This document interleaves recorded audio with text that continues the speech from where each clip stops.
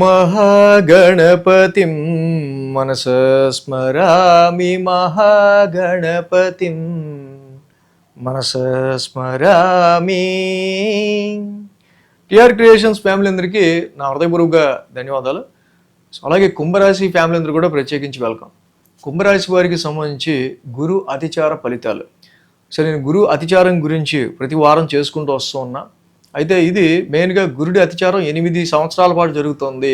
25 నుంచి 33 వరకు కూడా 8 సంవత్సరాలు గురుడి అతిచారంలో ఉండనేది కొన్ని వందల సంవత్సరాల తర్వాత ఏర్పడుతున్న విషయం. ఇది మొదటిసారి మన టిఆర్ క్రియేషన్స్ తరపున రీసెర్చ్ ఓరియంటెడ్గా మనం బయటపెట్టిన విషయం.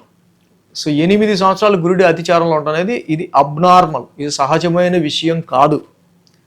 సో అయితే ఈ 8 సంవత్సరాల్లో మొదటి సంవత్సరం 2025 సంవత్సరంలో గురుడి అతిచారం వల్ల కుంభరాశి వారికి ఎలా ఉండబోతుంది.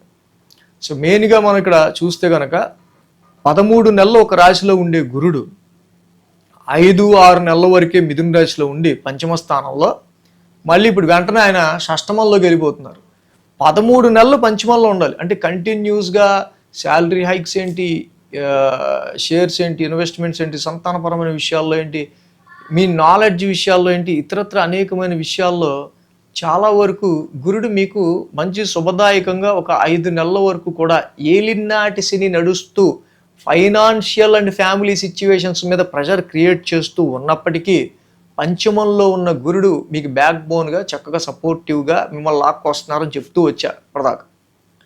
అయితే ఈ అతిచారంలో కుంభరాశి వారికి గురు భగవానుడు ముఖ్యంగా అక్టోబర్ 18వ తారీఖు నుంచే ఆయన కర్కాటకంలోకి వచ్చేస్తున్నారు. పంచమ స్థానాన్ని 6 నెలల్లో ఉండి కర్కాటకంలోకి వచ్చేయడం. ఇక్కడ కర్కాటకం ఆయన ఉచ్చస్థానం, షష్టమ స్థానం. సో కాబట్టి ఇక్కడ గురు భగవానుడు రవి, చంద్ర, శుక్ర, కుజులు వీళ్ళు 1 మంత్ ఒక రాశిలో ఉన్న 1 మంత్ వాళ్ళు ఇచ్చే ఫలితాన్ని ఇవ్వగలరు.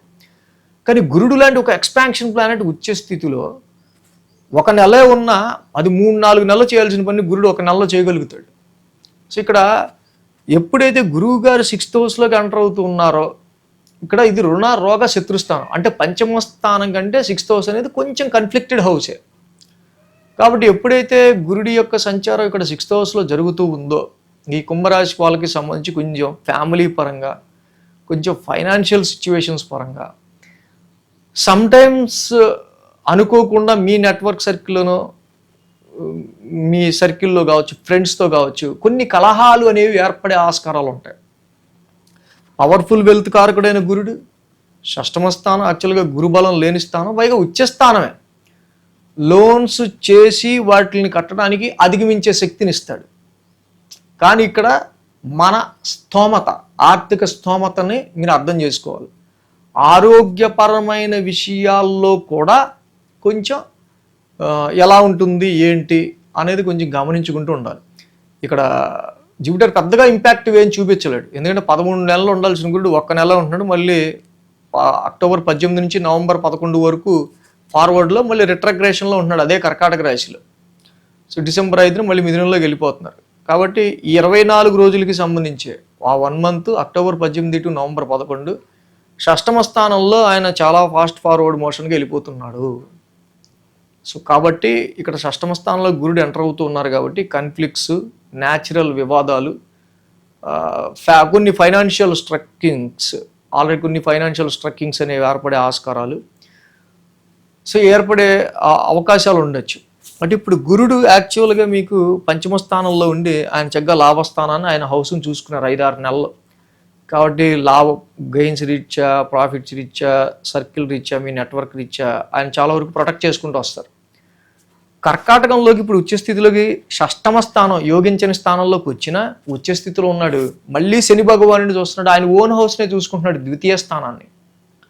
చాలా వరకు కూడా ఆర్థికపరమైన సమస్యల్ని, దానికి ఒక రుణాలు, లోన్సే దీనికి కొంచెం లోన్స్ త్రూ ఆర్థికపరమైన విషయాల్లో మీరు ఓవర్కమ్ అయ్యేటట్టు.